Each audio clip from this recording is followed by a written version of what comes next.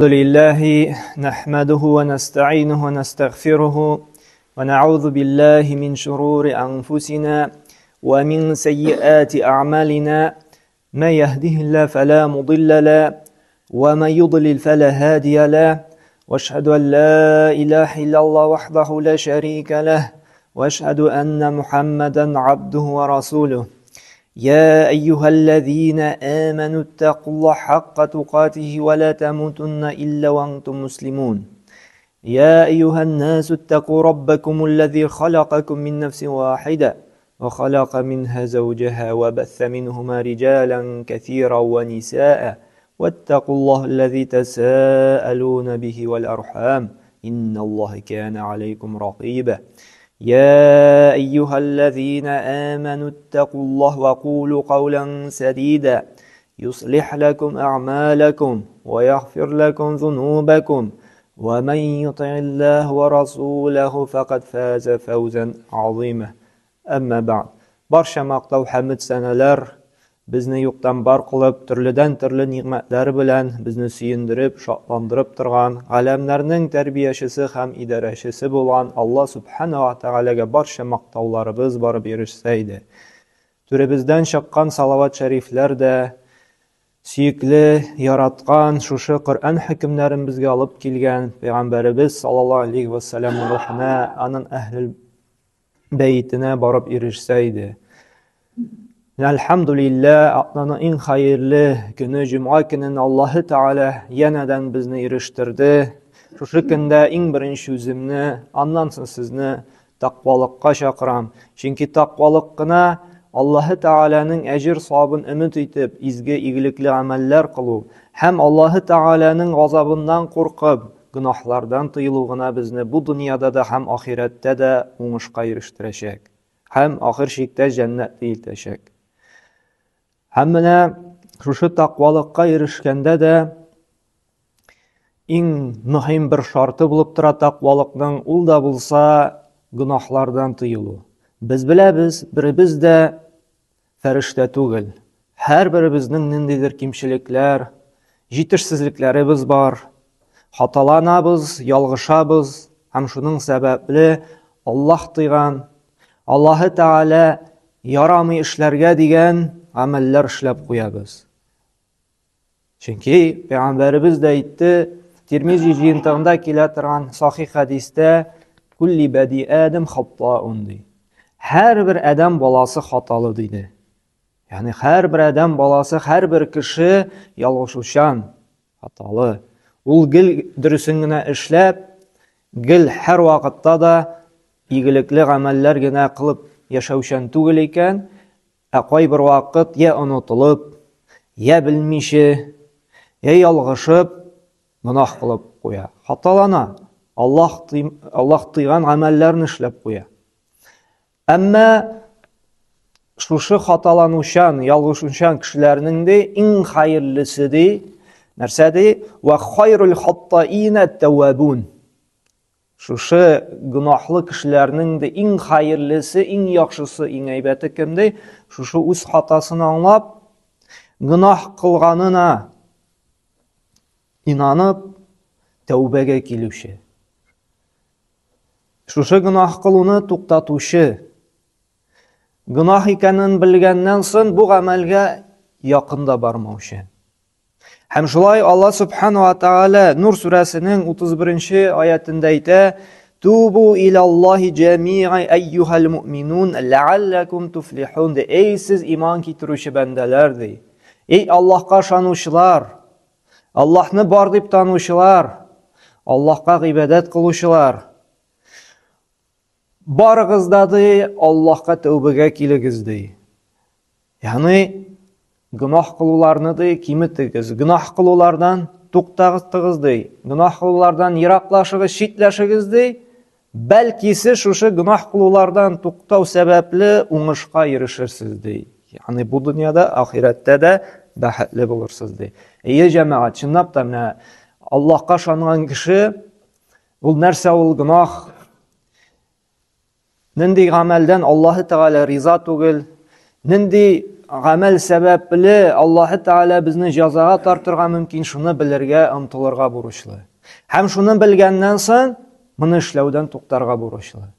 Чөнки беләбез, ничек Аллаһы Тәгалә Шура сүрәсенең 30-нчы аятында да әйтте: "Ва ма асабакум мин мусибатин фабима касабат айдикум." Сезгә ирешкән барлык бәла-казалар, авыртулар, ширләр, имгәнүләр, башка төрле проблемалар бары тик сез эшләп алган гынахлар сәбәпле генә ди. Безнең гаиләбезгәме, үзебезгәме берәр төрле хәүф-хәтәр килде икән җәмәгать, ул бары тик үзебезнең гамәлләребез сәбәпле генә. Ярар, ничек соң алайса менә гынахлардан тыелырга? Ничек гынахны киметергә? Ничек сакланырга шушы гынах кылуны? Гынах кылмаска. Иң беренче чынлап торып инде гыйлем алырга кирәк. Чөнки гыйлем алганда гына беләбез без нәрсә ул гынах. Чөнки гыйлем алмасаң, син бер гамәлне дөрес, төзек дип йөрергә мөмкин. Әмма ул Аллаһы Тәгалә риза булмаган, Аллаһы Тәгалә тыйган гамәлләр булып чыгарга мөмкин. Мәсәлән, бу көндә күбесе рибаның харам икәнен белми, иң зур гынах икәнен белми, шулай бит. Ул бөтен кеше алгач, бөтен кеше процентта утыргач, ул аны халал дип уйлый. Бөтен кеше алгач, димәк, дөрес дип. Коръәнне ачып укыса, Аллаһы Тәгалә әйтә, кемде риба ала икән ди, риба белән туклана икән ди, белсен ди, Аллаһка һәм аның Расулына сугыш белән чыкты ди. Бу иң зур гынахларның берсе. Шулай бит. Кемдер зинаны да, кемнеңдер күңелен күреп йөрү, кемгәдер анда тынычлык бирү дип уйларга мөмкин. Әмма ул Аллаһы Тәгалә тыйган иң кабахат, иң фахиш гамәлләрнең берсе. Аллаһы Тәгалә зина кылмагыз ди, зинага якын да бармагыз ди, зинага илтә торган гамәлләрдән сакланыгыз ди. Һәм моңа бик күп мисаллар китереп була. Караклык булсын, шулай бит, кайбер кеше дәүләттән урларга ярый, совхоздан элек барый бит, инде колхоздан урларга ярый дип үзенә аклану таба иде, кешенекен урламыйм бит. Карасак, Коръәнгә яки хадисләргә кемнеке генә булмасын, бер төрле, бер нинди урлау да ярамый. Ярар, беренчесе димәк, гыйлем алу кирәк икән, белергә нәрсә ул гынах. Чөнки гынах, зур гынахлар бар, кичи гынахлар бар. Кайсысына зур гынах керә, кайсысына кичи гынах керә. Без моны гыйлем алу белән генә, Коръән уку, Пәйгамбәрнең хадисләре аша, шушы мәчеттә дәресләргә йөреп кенә, шушы ваазлар белән генә белә алабыз. Һәм икенчесе, бездә шундый сыйфат булдырырга кирәк, ул да булса уялу. Иң беренче кемнән уялу? Аллаһы Тәгаләдән уялу. Әгәр дә без шушындый менә туктале, Аллаһы Тәгалә күреп тора бит, бар нәрсәне ишетә бит. Мин бит инде уялырга тиешмен, шушындый гамәлне эшләргә. Ул күпме ниъмәт бирде, көн сайын һавасын бирә, суын бирә, әлхәмдүлилләһ, гаиләм бар, йортым бар, машинам бар. Шуның хәтле күп ниъмәттән сонда мин ничек әле Аллаһ Субханаһу ва Тәгаләгә карата ул тыйган гамәлне эшли алам дип, нинди уялу хисе булырга тиеш. Һәм җәмәгать чынлап та менә бу көндә адәм балаларында уялу булмау сәбәпле ул инде бөтен шикләрдән чыкты. Аллаһ биргән азиз баласында чүплеккә ташлый, кадерләп, салкыннан саклап, башыннан сыпырып, яратып үстергән әти-әнисендә картлар йортына илтә. Аллаһ белеп тора, шушы галәмнәр белән Аллаһ идарә итә. Аллаһ кына бирүче, әмма башка путларга табына. Акча өчен генә дуслаша, акча өчен генә талаша, күңелен акча белән генә бәйли, Аллаһ белән бәйлә урынына. Һәм шуңа да Бухари җыентыгында килә торган хадистә Пәйгамбәр саллаллаһу нәрсә ди? Иза лам тастахи фасна ма ши'та ди. Әгәр дә синдә ди Аллаһтан уялу хисе юк икән ди, теләсә нәрсә эшлә ди. Без җәмәгать, берәр күршебез булсынмы, берәр якын дустыбыз булсынмы, берәр яхшы кеше сиңа карата изгелек кыла икән, сиңа булыша икән, гади генә бер яхшы күңелле, чиста күңелле кеше була икән, аның каршында да без әле уялабыз, шулай бит. Сүгенергә ялырга мөмкин без аның каршында, аны ялганнарга ялырга мөмкин без, аны алдаларга ялырга мөмкин без, чөнки беләбез, Күңеле чиста, яхшы кеше белән яхшы муамәлә кылырга кирәк. Аллаһ Тәгаләбез беренче чиратта оялырга бурычлыбыз. Шуңа күрә менә оялу хисен үзебездә, оялу сыйфатын күңелебездә булдыра алсак, менә бу беренче адым булачак шушы гынаһларны киметүгә. Һәм өченчесе, biz күңелебездә Аллаһка карата мәхәббәтне арттырырга тиешлебез. Ничек итеп Аллаһның нигъмәтләрен гел искә төшереп торырга. Без бит инде берәр кешене яратабыз. Иң каты яратабыз кешеләрне, әти-әниләрне. Шулай бит? Күпме безгә изгелек кылганнар алар. Санап бетергесез, санап та мисаллар да китереп тормыйм. Һәм шуңа да әти-әнине яратканга күрә без нишлибез? Аларның сүзенә кулак салабыз. Моны эшлә дисән, эшләргә булышырга тырышабыз. Улым, бу кеше белән йөрмә, бу начар кеше дисәк, бу кеше белән араны суытабыз. Шулай бит, чөнки белә әти-әни, ул бит тормыш күргән. Кешедә разбирается, итә, шулай бит. Моны эшләмә дисә дә тыелабыз. Һәм менә шулай ук ярату иң беренче чиратта Аллаһка булырга тиеш. Чөнки шул ук әти-әнине Аллаһ Тәгалә безгә биргән. Шулай бит. Шушы дөньяга китерүче, сәбәпче итеп шушы әти-әнине кем? Аллаһ Тәгалә сайлаган. Һәм безгә дә, әти-әниләр безгә, туганнарга да ризыкларын, һаваларын, суларын кем бирә? Аллаһ Тәгалә. Шуңа да иң беренче безнең шушы мәхәббәтебез Аллаһка карата көчле булган сайын, biz шулай гынаһ кылуны киметәчәкбез. Аллаһка мәхәббәтебез көчле булсын өчен һәр вакытта да гыйбрәт алырга кирәк, тирә-яктан уйланырга кирәк. Күпме Аллаһ Тәгаләнең бүгенге көндә нигъмәтләре белән. Әлхәмдулилlah, менә бүгенге көндә бик фитнә бара, шулай бит, күреп торабыз Палестинада нинди хәлләр. Ливиядә нәрсә, Сирия кырыйларында нәрсә, нинди тынгысыз заманда яшибез. Үзебезнең шулай бит сугыш бара. Әле бәрбер шундый фитнә булуга карамастан, бәрбер әлхәмдулилlah, әле безгә бик теге йонтысы бик сизелми. Өстәлебездә ничек 3 ел элек ризык бар, бүген дә әлхәмдулилlah ризыгыбыз бар. Әлхәмдулилlah, урамда танклар, өстә самолетлар да йөрми. Әлхәмдулилlah, шушыны күреп без шөкер итәргә тиешлебез. Шуларны күреп Аллаһ Тәгаләдән уялып, Аллаһ Тәгаләне яратып, шушы аяттәге, Шура сүрәсенең аятта әйткәнчә, сезгә килгән бәла-казалар үз гынаһларыгыз сәбәпле дип искә төшереп, нишләргә кирәк? Аллаһка карата мәхәббәтебезне артып, гынаһ кылуны киметергә кирәк. Һәм дүртенчесе, Аллаһтан курку. Чөнки беләбез, Аллаһ Тәгалә Коръәндә дә нәрсә ди? Хәш сүрәсенең 2нче аятында «Вәләкиннә азабаллаһи шәдид». Ләкин белегез ди, Аллаһның газабы бик каты ди, җәмәгать. Аллаһ Тәгалә шушы гынаһларыбыз сәбәпле белә торып гынаһ эшләүдән туктамасак, җәмәгать, Аллаһ Тәгалә менә күреп торабыз кешелек дөньясына көннән көн төрледән төрле сынау җибәрә. Шулай ул безнең менә монда да килеп җитәргә мөмкин.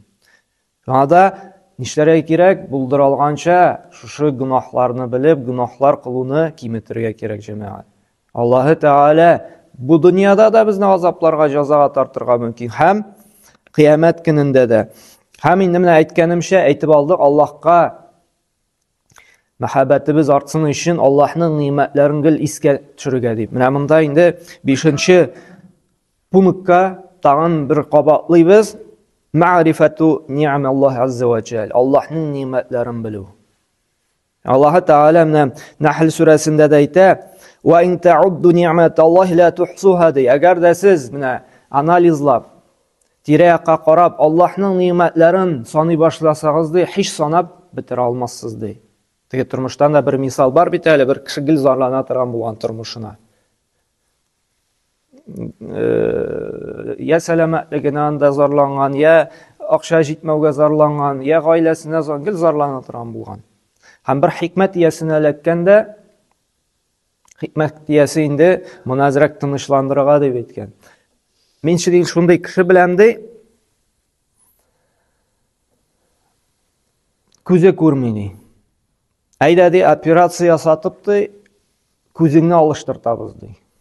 Ике күзеңне, синең күзләрең күрә, операция ясап, синең күзеңне теге кешегә сатабыз ди. Анда бик зур сумма инде, миллионнардан артык ди. Юк инде ничек инде сатыйм, ник зарланасың бит, акчаң җитми, теге проблема, бөтен әҗәтеңне каплыйсың, бөтен тормышың яшыра, байып китәсең, ничә миллионга бит сатып ала ди. Юк ди, сатмыйм ди, ничек инде, мин бит аннары дөньяның матурлыгын күрәлмим ди.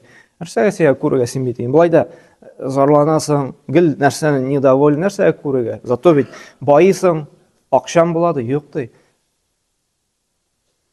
Берәр күрәсеңме ди, синдә ничә миллионлык, ничә миллиардлык байлык бар, син шуның да күрә белмисең ди. Һәм бу башыны еп, шулай икән шул дип кайтып китә. Һәм шуннан соң инде зарлануны туктата. Җәмәгать, бер теге икенче тагын бер мисал менә әйтеп китәсем килә. Тагын да безгә булган нигъмәтләрнең кадерен белер өчен Аллаһ Тәгалә безгә ничек насый хөрмәттә безне яшәткәнгә бер кеше тәмле ризык ашамый. Теге торт майындан да пирог булсынмы инде, шундый тәмле ризык ашамый торган була икән. Һәм сорыйлар, нәрсәгә соң син ашамыйсың шундый тәмле ризыкны? Мин ди куркам ди, Аллаһ Тәгаләдән ничек шушы тәмле ризык өчен кыямәт көнендә җавап биреп бетеремен икән ди. Шуннан куркам ди. Мин куркам ди, ничек шушындый тәмле ризык өчен мин җавап биреп бетерә алырмын икән ди. Һәм шушы сүзне икенче бер шушы җирлектә яшәүче галимгә җиткерәләр. Менә ул ди шундый тәмле ризыклар ашамый ди, нәрсә белән аклана ди? Мин аның өчен җавап биреп бетерә алмаячакмын ди кыямәт көндә. Шушы Аллаһ биргән тәмле ризыклар өчен. Теге галим әйтә, җүләр ди. Нинди надан кеше бу ди. Не то что ризык ди, ул күрә торган күзе өчен дә Аллаһ каршында ди, көне буе сәҗдәдә турса да ди, башын күтәрмичә, көне буе менә эшләмичә, башын сәҗдәгә генә рәхмәт ди Аллаһ Тәгаләгә ди. Көне буе сәҗдәдә турса, бер күрү күзе ниъмәте өчен дә Аллаһка рәхмәтен биреп бетерә алмый ди. Biz күпме генә изгелек кылсак та, күпме генә хәерле гамәл кылсак та, без бер күрү ниъмәте өчен дә Аллаһ каршында рәхмәтебезне түләп бетерә алмыйбыз. Аллаһ Тәгалә шуңа бары тик 5 тапкыр гына намаз укырга куша. Күп гынахтан да түгел, шулай бит. Риба, зина, урлау, караклык, гайбәт берничә генә, берничә түгел гынахтан, ул гынахлардан тыелып була. Әмма бәрбер адәм баласы шәкләнә. Һәм менә икенче бер галим әйтә бит әле, менә бер күз ниъмәтен генә ди. Менә адәм баласы 70-80 ел яши, шулай бит. Бөтен кылган изгелекләрен ди бер үлчәүгә куйсаң ди. Һәм Аллаһ Тәгалә бары тик бер күрү, күз ниъмәтен генә үлчәүгә куйсаң ди, шушы күз ниъмәте дә бөтен изгелекне басачак ди җәмәгать. Карагыз, күрү генә бит әле бу. Ашау, шулай бит, истию, йөрү, кулларыбыз белән тотып эш эшләү булсынмы, баш мие, гаилә, балалар, һәм башка санап бетереп булмый торган ниъмәтләрне уйлый башласан җәмәгать, без Аллаһ Тәгалә каршында бер ничек рәхмәтебезне белдертеп бетерә алмыйбыз. Шуңа күрә менә булдыра алганча, кешебездән килгәнчә гынаһлардан тыелып, шушы игелекле гамәлләрне эшләргә кирәк. Һәм алтынчысы, ул да булса, менә безгә карарга кирәк. Менә Коръәнне анализласак, Аллаһ Тәгалә төрле кавемнәрдән гыйбрәт алырга куша. Шушы кавемнәрне, шушы халыкның юкка чыгуының да сәбәбе гынаһлар җәмәгать. Нух пәйгамбәрнең кавемен карыйк, шулай бит. Нух пәйгамбәр ничә меңләгән, ничә йөзләгән ел Аллаһка гыйбадат кылыгыз. Аллаһка карата изге гамәлләр эшләгез, гынаһлардан тыелыгыз дип чакыра, шулай бит. Әмма алар нишли? Буйсынмый. Алар аңа иярми, һәм нишләтә? Каты итеп, яңгырлар яудырып, су басып, кавемне юкка чыгара. Һәм санап китсән бик күп. Фиргавынны карагыз, тәкәбберлеге өчен диңгез икегә ярылып, диңгез каплап, суда батып үлде, шулай бит. Кайсыдыр кавемнәрне ташлар яудырып, юкка чыгарды. Кайсыдыр кавемнәрне җил давыл белән юкка чыгарды. Һәм бу Коръәндә безгә бит уйланыр өчен килә. Әгәр дә халык гынаһка бата икән ди, ул халыкны Аллаһ Тәгалә төрле природный катаклизмы белән, башка төрле җәза белән юкка чыгара. Шушы гынаһларыбыз да үзебезне дә, гаиләбезне дә, туганнарыбызны да һәм гомумән җәмгыятьтә дә Аллаһ Тәгалә җәзага тартырга мөмкин.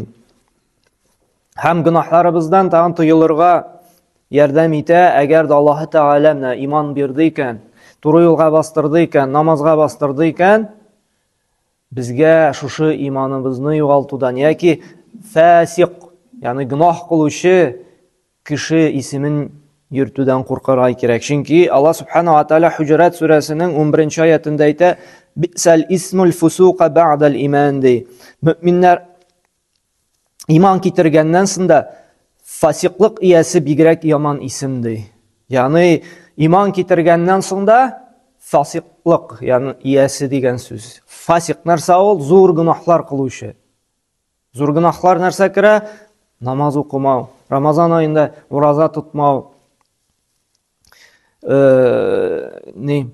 караклык, әти-әнине рәнҗетү, зина, хәмер эчү, риба, бөтенесе зур гөнаһ. Ничек инде иманга килеп тә ди, шушы тагын фасик кешегә әйләнә аласың ди. Шуңа күрә берәр гөнаһ кылырга уйласаң, тукталата, иман бирде. Ничек мин иманымны пычратыйм шундый фасик, бузык гамәлләр белән дип инде. Һәм инде соңгысы, шуның белән инде туктарбыз. Менә тәүбәгә килергә, гөнаһ кылудан туктарга кешене туктата нәрсә? Ялган өмет. Иртәгә, с понедельника. Шулай бит? Кешегә әйтәсең, әйдә бас намазга. Тукта инде бу харам эшеннән. Җитте сиңа күпме гөнаһ кылып, салып йөреп була, шулай бит? Иртәгә ташлыйм.